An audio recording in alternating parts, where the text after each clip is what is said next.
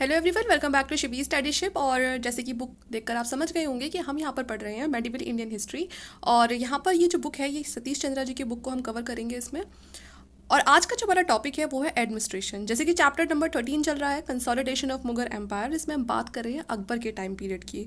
तो यहाँ पर हमने अकबर का जो इनिशियल टाइम पीरियड था, जो उसका अर्ली फेज था, वो हमने सारा कवर कर लिया था। वो सारे लेक्चर्स भी ऑलरेडी अपलोडेड है। और आज का जो हमारा टॉपिक होने वाला है ये है एडमिनिस्ट्रेशन। तो उम्मीद करती हूँ आपको ये जितना भी जो पूरी सीरीज़ है ये आपको पसंद आ रही होगी। अगर आप इस वीडियो को पहली बार देख रहे हैं तो इससे पहले बहुत सारे जो लेक्चर्स है वो चैनल के ऊपर है, तो आप उन सबको देख सकते हो। अगर आपको उसमें से कुछ भी 2-4 वीडियोस अगर काम की लगती हैं तो तभी आप चैनल को सब्सक्राइब करना। आप चाहे तो मेरे टेलीग्राम ग्रुप से भी जुड़ सकते हैं, वहाँ पर आपको ये सारी ही वीडियोस मिल जाएंगी। तो चलिए स्टार्ट करते हैं। Topic administration. तो टॉपिक है हमारा एडमिनिस्ट्रेशन। इसमें हम बात करेंगे कि जब गुजरात को भी कॉन्क्वेस्ट कर लिया था अकबर ने, इससे पहले अभी तक उसके एक्सपेंशन चल रहे थे। जितने भी एरियाज थे उसके आसपास के, जहाँ उसको लग रहा था कि उसको खतरा हो सकता है, किसी तरह का कोई थ्रेट है, तो पहले उसने उन सारे एरियाज़ को अपने कंट्रोल में करा। अब टाइम था कि उन एरियाज़ को कंट्रोल में तो कर लिया, लेकिन वहाँ पर जो एडमिनिस्ट्रेशन सिस्टम है वो भी तो अच्छा चलना चाहिए। अगर वही अच्छा नहीं चलेगा तो कैसा कॉन्क्वेस्ट, कैसा कंट्रोल। तो यहाँ पर during the decade following the conquest of Gujarat, Akbar found time to look the administrative problem of the empire. अब गुजरात को कॉन्क्वायर करने के बाद अकबर के पास एक अच्छा खासा टाइम था कि वो एम्पायर की जो एडमिनिस्ट्रेटिव प्रॉब्लम्स है अब वो उनको कंट्रोल कर सके, उनको हैंडल कर सके। यहाँ पर देखिए जो पहले से सिस्टम चल रहा था अकबर से पहले, वो सिस्टम चल रहा था शेर शाह सूरी के अकॉर्डिंग जो चल रहा था, क्योंकि उससे पहले उसी का रूल था। काफ़ी ज़्यादा इलेबोरेटेड सिस्टम था वो। लेकिन अब अकबर और शेर शाह सूरी के बीच में जो ये टाइम पीरियड था पूरा, जिसमें काफ़ी ज़्यादा ये कॉन्क्वेस्ट वगैरह चल रहा था, तो इससे हर तरफ एक कन्फ्यूजन फैल गया था कि चीज़ें चल कैसे रही हैं। अब after the death of Islam Shah, Akbar therefore had to start afresh. ठीक है ना। तो अब अकबर एक नया जो एडमिनिस्ट्रेटिव सिस्टम है उसकी जो प्रॉब्लम्स है उनको हटा के एक नया फेज लेकर आएगा। One of the most important problem facing by Akbar was the system of land revenue administration. तो सबसे पहले जो जिसकी जो प्रॉब्लम्स थी, सबसे पहले जिन प्रॉब्लम्स को ख़त्म करना था वो सिस्टम था लैंड रेवेन्यू का। क्योंकि किसी भी एम्पायर को अगर आपको अच्छे से चलाना है तो सबसे पहले आपको लिए उसके लिए पैसा चाहिए, है ना। और वो पैसे कहाँ से आते थे? वो रेवेन्यू से तो आते थे, जो लैंड रेवेन्यू था उसी से तो आते थे। तो यहाँ पर सबसे पहले जो अच्छा होना चाहिए वो लैंड रेवेन्यू होना चाहिए। शेर शाह ने इसके लिए काफ़ी सारे जो सिस्टम थे वो ऑलरेडी चला रखे थे, जैसे कि कल्टिवेटेड एरिया को वो पहले मेज़र करता था, उसके बाद वहाँ पर उगने वाली क्रॉप की वो रेट फिक्स करता था, और तभी फिर वो पीजेंट से क्रॉप वाइज जो लैंड की प्रोडक्टिविटी है उसके हिसाब से वो टैक्स लिया करता था, या उसके हिसाब से वो रेवेन्यू लिया करता था। पता चल रहा है कोई बंजर ज़मीन है ना, और आपने वो किसी को दे दी है, खेती करो, खेती हो नहीं रही है, और वहाँ से आप कह रहे हो कि नहीं आप तो टैक्स उतना ही दोगे जितना कि एक जो फर्टाइल लैंड है उस पर काम करने वाले से ले रहे हैं। तो ये तो बिल्कुल क्या हो जाएगी, एक इनजस्टिस हो जाएगा उस पीजेंट के साथ, वो बिल्कुल भी नहीं दे पाएगा। This schedule was converted every year into schedule of prices. और ये जो शेड्यूल था ये हर साल मतलब सही से एक मतलब अपडेट होता रहता था, आप ये बोल सकते हो। तो अकबर ने यही जो सिस्टम था शेर शाह का, इसको अडॉप्ट किया था। उसको भी ये अच्छा लगा तो उसने भी इसे अडॉप्ट कर लिया। लेकिन उसके बाद क्या हुआ, जो ये सेंट्रल शेड्यूल ऑफ प्राइसेस है offer led to be considerable delay and resulted in a great hardship to the peasantry, since the price fixed were generally those prevailing at the imperial court पर higher than those on the in the countryside. अब देखो यहाँ पर problem क्या हुई, अगर आप किसी चीज़ पर नज़र नहीं रखेंगे, वहाँ सही से देखेंगे नहीं, तो वो चीज़ें फिर गड़बड़ाई जाती है। तो यहाँ पर इतना कुछ हुआ था, तो उस वजह से ही जो प्राइसेस फिक्स किए हुए थे उनमें बहुत बड़ा डिफरेंस आ गया था। अगर बात करें इंपीरियल कोर्ट के अंदर और कंट्री साइड में, है ना, उस कोर्ट से बाहर निकलते लोगों के बीच में, तो प्राइसेस में बहुत फर्क हो गया था। तो वो सब चीज़ें तो कौन टैकल कर रहा था, वो तो पीजेंट कर रहे थे। The peasant therefore had to part with the largest share of their produce. तो यहाँ पर पीजेंट के पास है उनका एक अच्छा खासा जो वो प्रोड्यूस करते थे उसका एक बड़ा हिस्सा वो एज अ लैंड रेवेन्यू उनको पे करना पड़ रहा था। At first Akbar reverted to a system of a annual assessment. अब यहाँ अकबर एनुअल असेसमेंट लेकर आएगा कि मतलब वो भी पूरे साल की जांच पड़ताल करेगा, पूरा देखेगा भाई क्या चल रहा है, कैसे चल रहा है। उसके लिए उसने किनको अपॉइंट करा, तो कनुंगोस को अपॉइंट करा। ये जो पोस्ट है ना ये अभी भी है, और ये उस समय क्या होती थी, हेरिडेटरी होती थी, कि जो लैंड होल्डर्स होते थे उनकी हेरिडेटरी बनाती है। और ये ऑफिसर्स होते थे, इनका काम ये होता था कि वो जो ज़मीन है जहाँ पर खेती बाड़ी चल रही है वहाँ की लोकल कंडीशन को देखे, वहाँ पर जो रहने वाले लोग हैं उनके साथ एक कन्वर्सेशन में रहे, जिससे कि उसे पता चलता रहे, और उसी के बिहाफ पे वो एक रिपोर्ट तैयार करे कि एक्चुअल प्रोड्यूस क्या है, स्टेट का कल्टीवेशन क्या है, लोकल प्राइसेस क्या है। But in many areas the qanungos were dishonest. लेकिन ये जो कुरंगोस थे बहुत सारे एरियाज में क्या थे कि ये डिसऑनेस्ट थे, ये जो रियल प्रोड्यूस था उसको छुपाते थे, और एनुअल असेसमेंट में ऐसे दिखाते थे जैसे कि पीजेंट्स को पता नहीं कितनी डिफिकल्टी हो रही है और वो इसलिए वो सिर्फ इतना ही प्रोड्यूस दे पाएंगे। जबकि वो अच्छा खासा दे सकते थे और वो दे रहे थे, लेकिन उनसे तो वो अच्छा खासा प्रोड्यूस ले रहे थे, लेकिन उसे वो कोर्ट में नहीं देना चाहते थे, है ना। जो एम्पायर का जो ट्रेजरी है वो वहाँ पर उसको नहीं देना चाहते थे, वो बीच में उसको अपनी जेबों में भर लिया करते थे, आप ये कह सकते हो। तो इस तरह से वो बेईमानी करते थे। After returning from Gujarat 1573 Akbar paid personal attention to the land revenue. अब जब देखा अकबर ने, गुजरात को जीतने के बाद, वहाँ से आने के बाद अकबर के पास अच्छा खासा टाइम था, तो उसने खुद पर्सनली अब लैंड रेवेन्यू सिस्टम को देखना शुरू करा। जो ऑफिसर थे जिन्हें बोलते थे करोड़ीज, ठीक है ना, उन्हें नॉर्थ इंडिया में अपॉइंट किया गया। They were responsible for the collection of crore of dams, है ना। तो वो ये इन सब की जो कलेक्शन होता था मनी का, उसके लिए वो क्या थे, रिस्पॉन्सिबल थे। And also check the figures and supplied by the qanungos. तो ना ये करोड़ीज थे, इनका काम था कलेक्शन ऑफ करोड्स का। और साथ में जो ये कोरंगोस छोड़े हुए थे, है ना, एनुअल असेसमेंट के लिए लैंड की, इनके ऊपर भी नज़र रखना, इनके फैक्ट्स को चेक करना, क्योंकि जब तक इनके सर पर कोई नहीं बैठेगा कि इनका काम चेक करने के लिए, तो ये बेईमानी करते रहेंगे। अब इन सब की इंफॉर्मेशन पे जब पता चलता था कि एक्चुअल प्रोड्यूस क्या है, लोकल प्राइसेस क्या है, प्रोडक्टिविटी कैसे चल रही है। 1580 में अकबर ने एक और नया सिस्टम को लेकर आया जिसका नाम था दहशाला सिस्टम। नाम काफ़ी सुन रखा है हम सभी ने, ये दहशाला सिस्टम। इसके अंदर क्या होता था, the average produce of different crops as well as the average prices prevailing over the last 10 years were calculated. कि पिछले 10 सालों में जो भी क्रॉप्स उगाई गई हैं अलग अलग, उनका एवरेज प्रोड्यूस देखा जाता था कि कितना प्रोड्यूस हुआ है, फिर उनका एवरेज प्राइस निकाला जाता था। And 1/3 of the average produce was the state share. और उसके बाद कहा जाता था कि जो भी प्रोड्यूस आ रहा है ना, उसका 1/3 किसको जाएगा, स्टेट को जाएगा। The state demand was however stated in cash. जो स्टेट था यहाँ पर वो ज़्यादातर जो उसकी पेमेंट की जो डिमांड होती थी वो कैश में होती थी। This was done by converting the state share into money on the basis of schedule of average prices over the 10 years.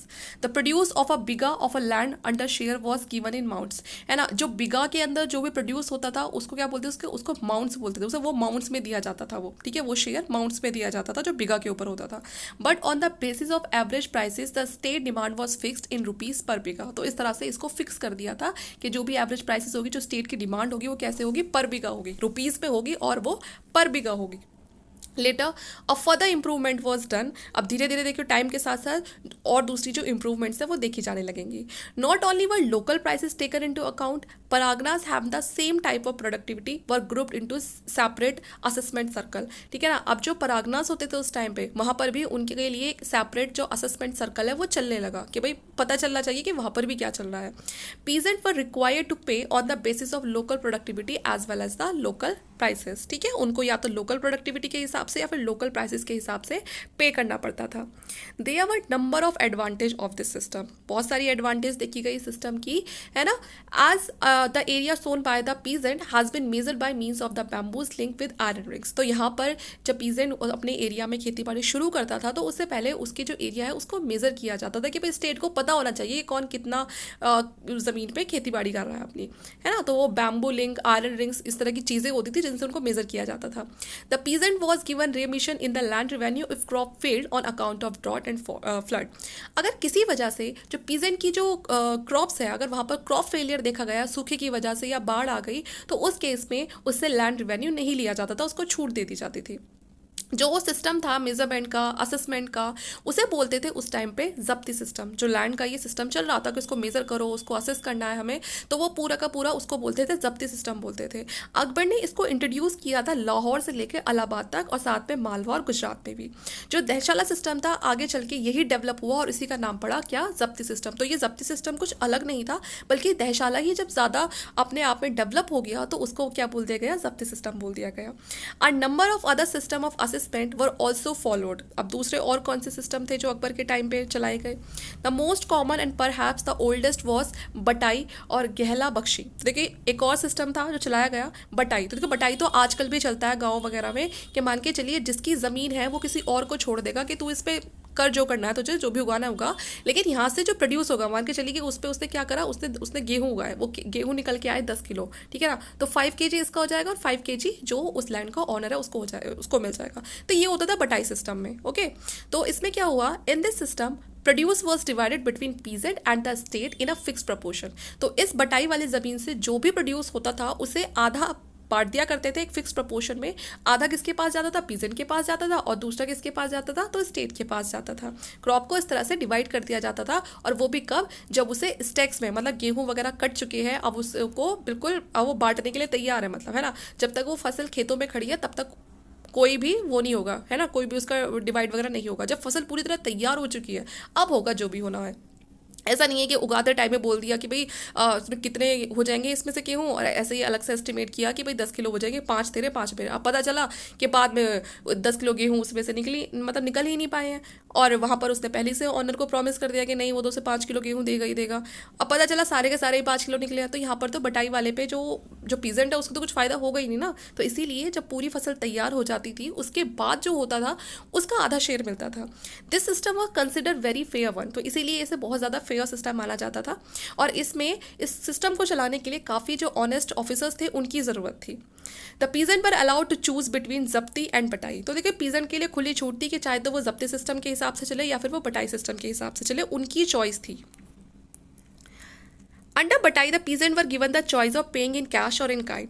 बटाई सिस्टम के अंदर ये कहा गया था कि जो पीजेंट है उनकी अपनी चॉइस है, चाहे तो वो कैश में पे कर सकते हैं, चाहे वो इन काइंड के, मतलब जो भी फसल हुई है उसको दे दो, या फिर उसको बेच के चाहे तो वो पैसे दे दो।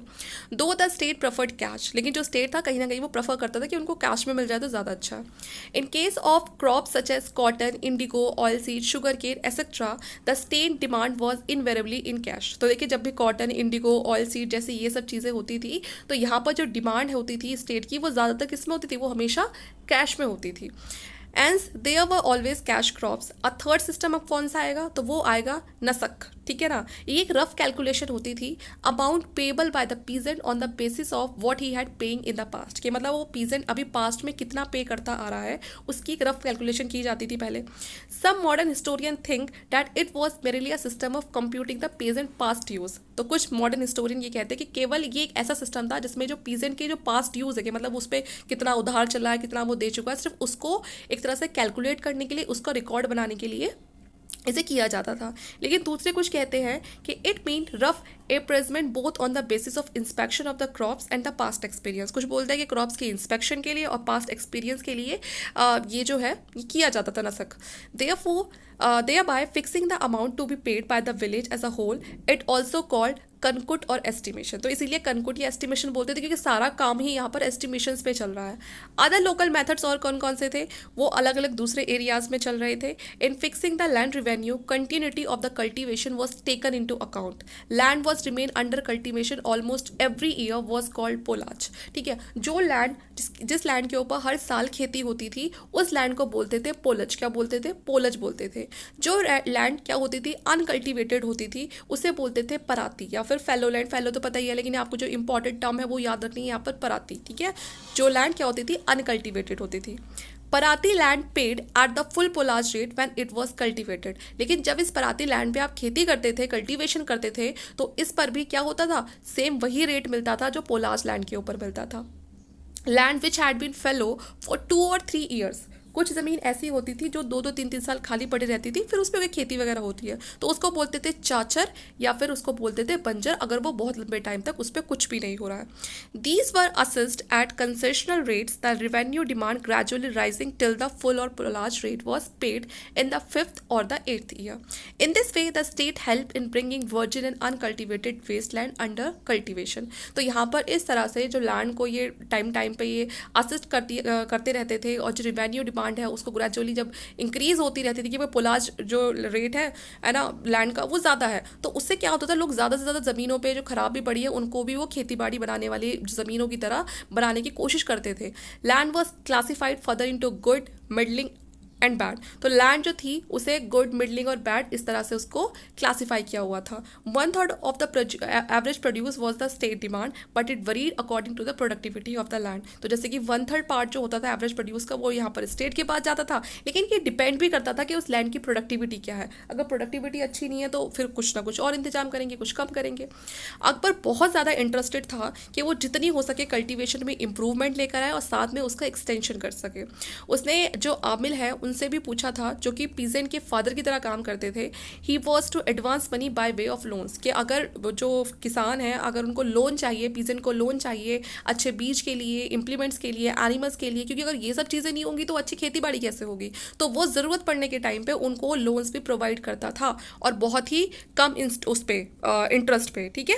ही was to try and induce the peasant to plough as much as land possible, क्योंकि वो तो चाहता था कि भाई जितना हो सके उतनी खेती बाड़ी हो, क्योंकि जितनी खेती बाड़ी होगी उतना ज़्यादा लैंड रेवेन्यू मिलेगा, अच्छी खेती होगी, अच्छी क्वालिटी क्रॉप्स आएंगी तो वो अच्छे दामों में बिकेंगी। तो जो ज़मींदार थे उस एरिया के वो भी काफ़ी ज़्यादा कॉपरेट करते थे, ये जितने भी जो टास्क होते थे कल्टीवेशन से related, the zamindari had a hereditary right to take a share of the produce, और जमींदार का भी अपना एक हेरिडेटरी राइट बन गया था कि जो भी प्रोड्यूस होगा उसका कुछ शेयर वो अपने पास रखेगा। Peasant too had a hereditary right to cultivate their land, साथ में पीजेंट का ये राइट बन गया था कि भाई इस वाली ज़मीन पे इस बार मैं खेती कर रहा हूँ तो जो ज़मींदार है वो अगली बार भी इसको मुझे ही देगा, और फिर मतलब अब ये मेरे राइट बन गया है कि इस ज़मींदार की जो ये लैंड है इस पर हर बार मैं ही यहाँ क्या करूँगा, जो एग्रीकल्चर वगैरह वो मैं ही करूँगा। तो हर किसी के अपने से हेरिडेटरी राइट हो गए थे। लेकिन अगर वो कोई भी अगर इनमें से अपना काम सही से नहीं कर रहा है तो ऐसा नहीं था कि उसको फिर भी वो राइट्स मिल रहे हैं, नहीं, फिर उनसे उनकी जो राइट्स है वो छीन लिए जाते थे। तो ये जब तक ये राइट्स आपके पास, जब तक लैंड रिवेन्यू अच्छे से पे कर रहे हो। तो dahshala was not a 10 year settlement, कहने के लिए जो दहशाला था ये पूरे 10 सालों तक चलता था, लेकिन अगर सही तरीके से काम हो रहा है तो, अगर सही तरीके से काम नहीं हो रहा है तो इसको भी मॉडिफाई करके कुछ भी चेंजेस किए जा सकते हैं।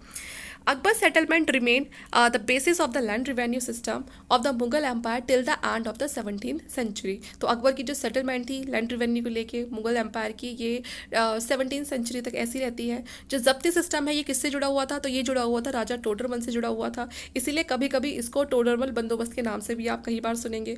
टोडरमल एक बहुत ही ब्रिलियंट रेवेन्यू ऑफिसर्स थे, जो मतलब ऑफिसर थे जो अकबर से पहले शेर शाह के अंडर रहकर काम कर रहे थे।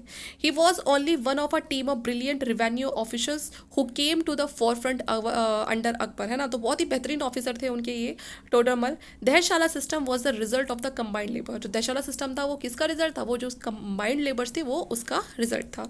ओके, तो देखिए यहाँ पर ये जो हमारा एडमिनिस्ट्रेशन है चैप्टर 13 एज ऑफ अकबर को जो हम पढ़ रहे हैं वो एडमिनिस्ट्रेशन कंप्लीट हो गया। तो ये था वो जो लैंड रेवेन्यू सिस्टम कि भाई कहाँ से रेवेन्यू आ रहा है।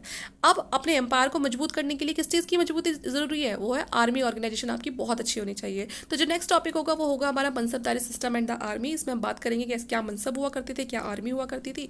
तो इस वाले पार्ट के लिए इतना ही। ये पार्ट आपको कैसा लगा प्लीज़ कमेंट करके मुझे ज़रूर बताइएगा। अच्छा लगेगा तो वीडियोज़ जल्दी जल्दी आएंगे अगर आप यहाँ तक पहुँचे हैं तो, और वीडियो को लाइक कर देना अगर अच्छी लगे तो। Thank you.